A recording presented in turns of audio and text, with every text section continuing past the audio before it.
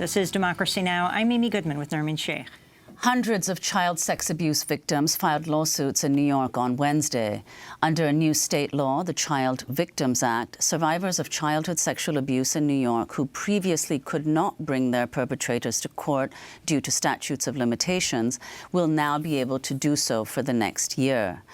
Lawsuits were filed against the Catholic Church, the Boy Scouts, a number of schools and hospitals, as well as the estate of Jeffrey Epstein. The Child Victims Act was signed into law in February. This is part of a PSA released by Safe Horizon on the Child Victims Act. It features Assemblywoman Yulin, Assemblywoman Radonise Bichat, and Assemblywoman Catalina Cruz. It begins with New York State Senator Alessandra Biaggi, who joins us after this clip, all four survivors of child sexual abuse. I thought I was going to die without ever having spoken about the abuse that happened to me. When you've been sexually abused as a child, it can take years or even decades to process what happened.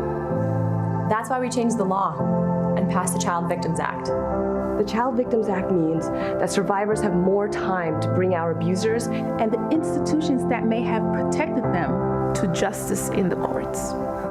For more, we are joined by two of the lawmakers in that video. New York State Senator Alessandra Biaggi, who represents parts of the Bronx and Westchester, and Democratic Assemblywoman Yulin, represents Manhattan. Both women spoke publicly about surviving child sexual abuse while explaining their vote in favor of the Child Victims Act at the state capitol in Albany in January. State Senator Alessandra Biaggi, Assemblymember Yulin, we welcome you both to Democracy Now!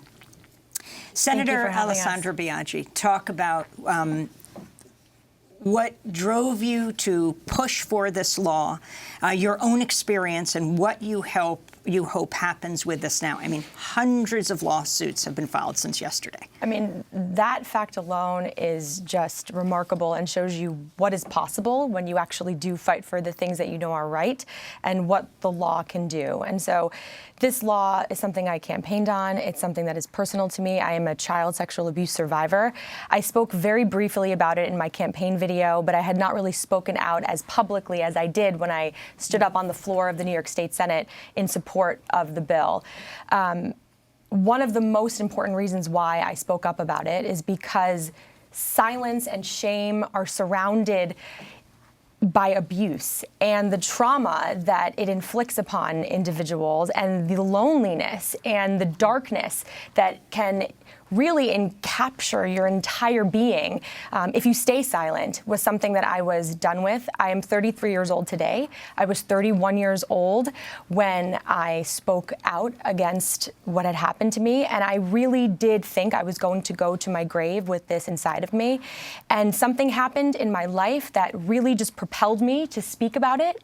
From that point forward, I really have not only felt liberated, but felt like one of the things I could do was use my voice so that other people who had experienced this could also understand that they too could speak out against it if they so choose.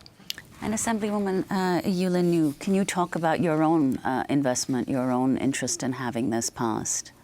I think that it's a very convoluted answer, but I definitely feel like because of the history of not just the seat that I sit in, but then also the fact that,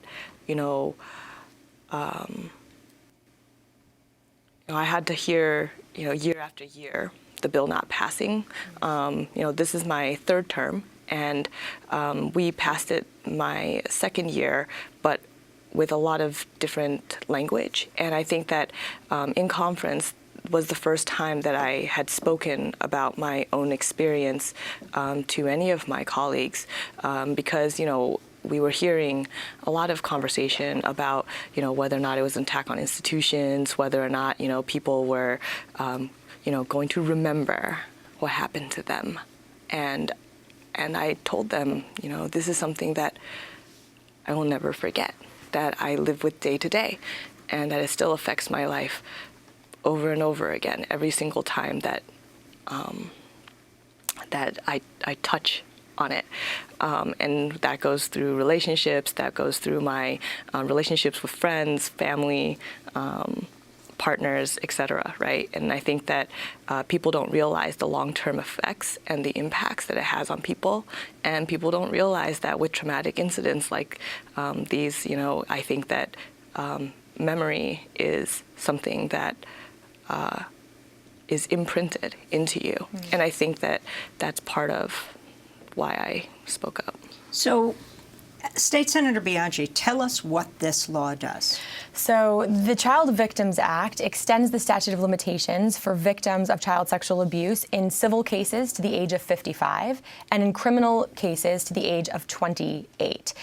Probably one of the most significant parts of this bill is what was triggered and began yesterday, August 14th, 2019, which will extend until August 14th, 2020, which is the look-back period of 1 year for individuals who were children, who were time-barred by the statute of limitations in New York, who could not bring cases against any institution or individual because the statute of limitations had expired. This 1 year look-back will allow for so many victims of child sexual abuse to be able to bring cases if they so choose, if that's the form of justice that they want.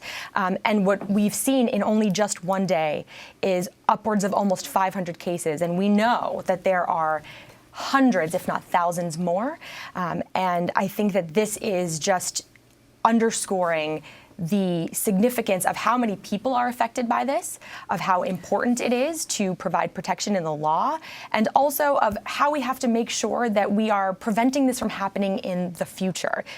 Child sexual abuse is something that most people don't speak about until they're upwards in their 50s. And so I think that we have to be very real about this. The fact that this law is trauma-informed and acknowledges that reality is very important, and it's also something that I think about daily when I'm thinking about policy changes or policy decisions, because we want to make sure our law is trauma-informed. We had Sister Helen Prejean on yesterday, the well-known anti-death penalty activist, but we asked her about what this means. We had her on the day that this law was going into effect, particularly around the Catholic Church. I mean, do you expect to see scores of lawsuits around the Catholic Church? An adult who says 40 years ago this happened to me. I do, and I think that, we've heard so much backlash. And, I was raised Roman Catholic.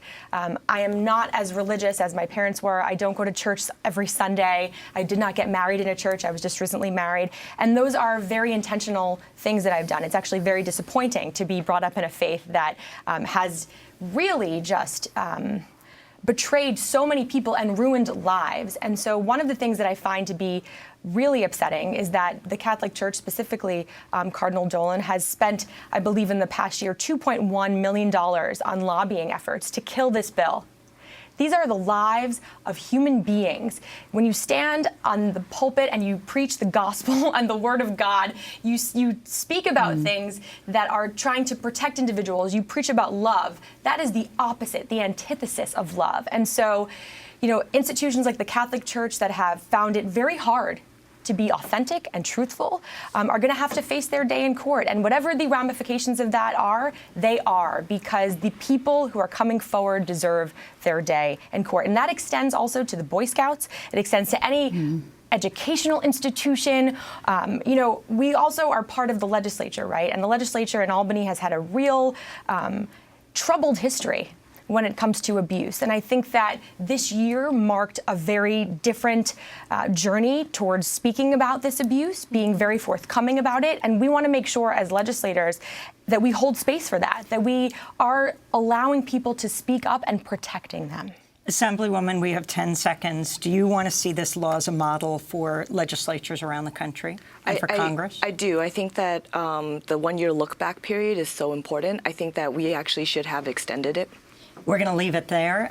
New York Assemblywoman Yulin Niou and New York State Senator Alessandra Biaggi both spearheaded the Child Victims Act, which took effect on Wednesday. I'm Amy Goodman with Nermeen Sheikh. Our website, democracynow.org.